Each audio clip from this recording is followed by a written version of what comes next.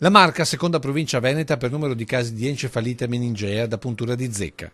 I dati arrivano dal reparto di malattie infettive dell'ULSS 2 e indicano in 8 il numero di casi riscontrati finora nel 2018. Di questi 6 hanno sviluppato l'encefalite, che per fortuna non ha avuto esiti letali. Il virus, portato dalla zecca, può incubare per mesi prima di manifestarsi sotto forma di febbre, forte mal di testa e mal di gola, che non accenna a diminuire con le normali cure influenzali. E se il fisico non reagisce naturalmente, dopo 10 giorni può evolversi nella forma di meningoencefalite con danni neurologici, in alcuni casi anche permanenti.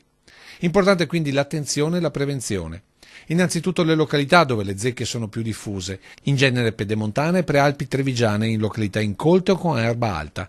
Attenzione quindi alle escursioni lungo i sentieri, ma anche alle scampagnate nei boschi. Attenzione anche a chi ha un cane o un gatto. La zecca, oltre ad attaccare l'animale, può trasferirsi all'uomo con inevitabili conseguenze. Quindi cura del proprio animale, soprattutto dopo una gita o una giornata all'esterno.